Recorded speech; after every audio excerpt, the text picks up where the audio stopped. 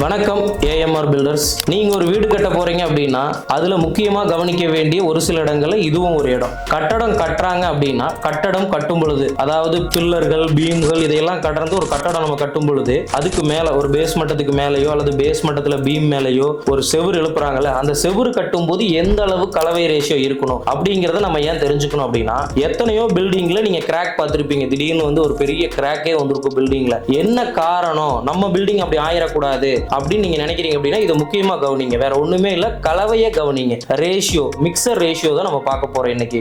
இது மாதிரி கட்டடம் கட்டுறதுக்கு ரேஷியோ ரொம்ப ரொம்ப இம்பார்ட்டன்ட். 1க்கு 6 அளவுகள்ல கண்டிப்பா இருக்கணும். ஒரு சட்டி சிமெண்ட் போடுறோம் அப்படின்னா 6 சட்டி எம் சாண்ட் அல்லது நம்ம மணல் போடலாம்.